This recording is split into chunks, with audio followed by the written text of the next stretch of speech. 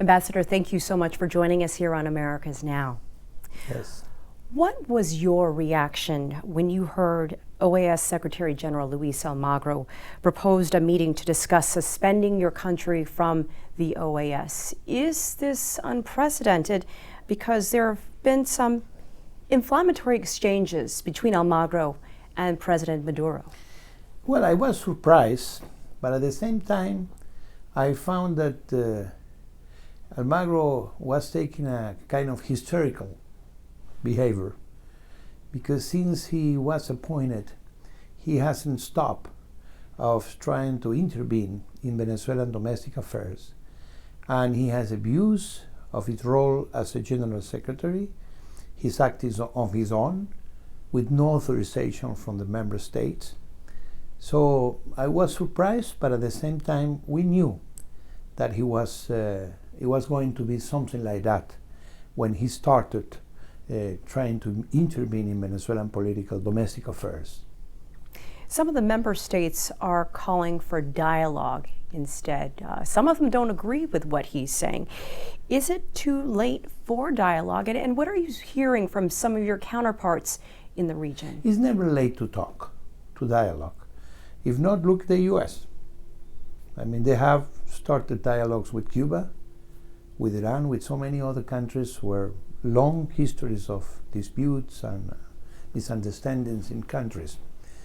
And the dialogue has been promoted by the Venezuelan government. President Maduro is the one, not this time that we have an effort of dialogue sponsored by UNASUR and under the coordination of 3 former presidents of Latin America.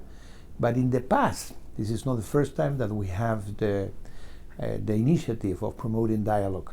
And this is part of the problem, because it doesn't make sense that on the one hand you are promoting dialogue and the OAS, the Permanent Council, which is the political body of the OAS, is supporting the dialogue in Venezuela. At the same time, the Secretary General of the organization is asking for a completely different position regarding Venezuela, basically going back to this idea of hostility against the country. So there is a clear contradiction of what the Permanent Council has said, and in the declaration they did the 1st of June, offering the help of the OAS, but supporting the dialogue.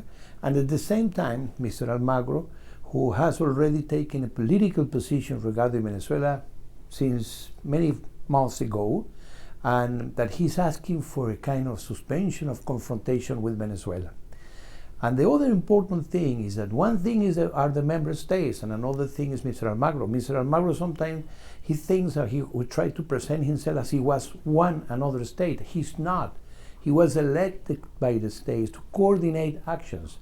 He's not the president of the OAS, and he has to act under specific instructions of the Permanent Council, and he hasn't done that. He has called or supports a recall referendum in your country. And going back to dialogue, we've heard these reports that members of the government have already been meeting with members of the opposition in the Dominican Republic. I want to get your thoughts on that, and if you've heard anything come out of that. Yeah, well, first, the recall referendum is possible in Venezuela because it was President Chavez that incorporated that in the Constitution. The political parties and the members of the opposition that are right now trying to use the recall referendum, they did not support the Constitution at the beginning that incorporate that figure. So we are the ones that support a recall referendum because we put it in the Constitution. So this is very important. And the recall referendum is in the Constitution. And so he doesn't have to support it because it's already there. So he tried to confuse the public opinion regarding that.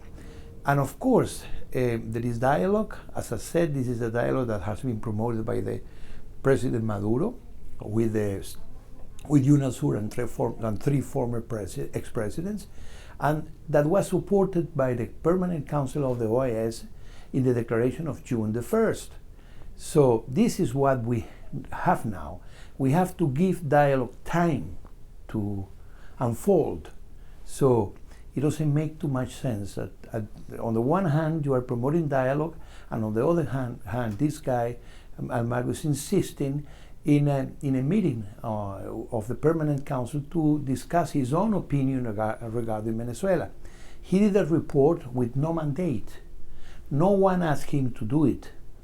And in the OAS, if you write a report, it's because you have been instructed to do it by one of the bodies of the organization, being the General Assembly or the Permanent Council.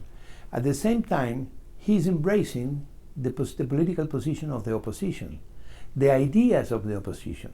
The Venezuelan government was not consulted about this report. So it's a very biased report, and it doesn't reflect the situation of Venezuela. So we, as Venezuela, will reject that report because it's illegal, it's politically biased, and it does not help to the process of dialogue that we are now going on in Venezuela. Late President Hugo Chavez had called the OAS worthless. With Mercosur, UNASUR, CELAC, and other regional blocs, where do you think the OAS fits? And do you think Venezuela will leave the OAS on its own? We think that, I mean, there is a new wave of integration in Latin America. We have new organizations like ALBA, UNASUR, CELAC. There are all organizations like the OAS, for example. There are new relationships among integration mechanisms. Like, for example, there is a lot relationship between ALBA and CARICOM. We also have Petrocaribe, that is another initiative. So I think what we have is that it reflects the complexity of the hemisphere. For us, the OAS plays a role because it's a way of connecting and participating with countries like Canada and the US in the same table. So OAS should be the organization that allows Latin American countries to sit down and Caribbean countries to sit down with US and Canada. And I think this is important. This is important. The world has seen many reports about your country, the inflation, security issues, the shortages. What would you want the world to know about what is happening in your country right now? Venezuela is a country that we have lost almost 70% in the oil income. And we have, because of that, there has been a reduction over the past 4 years of 60% of Venezuelan imports. That is a major adjustment. That is a major situation. And we have done a very unorthodox adjustment, because we don't want to follow any of the recipes of the IMF or World Bank, and we want to keep all the social programs and the politics of inclusion in the country. Of course, we have been affected because the lack of import or reduction in the imports because of the oil situation, and some problems of production. And so we don't deny it, what is that we are facing a difficult situation. But when people talk about humanitarian crisis regarding Venezuela, there is a political intention behind that. And it's, how to use that as because they want to present a country that has to be intervened politically from outside. Even, newspapers like the Washington Post, they have openly asked for the political intervention of Venezuela. And this is basically what we think Almagro is also following, is part of that strategy. And of course, trying to use OAS, or at least the General Secretary of OAS, for that purposes of promoting an intervention of Venezuela. So one thing is the problems that we have. Many other countries have problems also, but all the eyes are focused on Venezuela. It's a huge and massive campaign against Venezuela. Problems exist, they are exaggerated, but also they have been presented in a way that try to portray a country that is collapsing, and this is not what is happening. I mean, we are going through a very difficult time, but we will prevail. We will go out of that. Prices now of oil are increasing.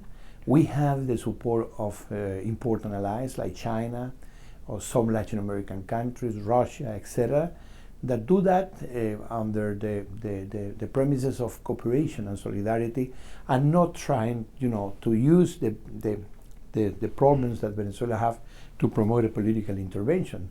And what they want at the end is to end with Chavismo, to end with all the policies that we have implemented over the past 15 years.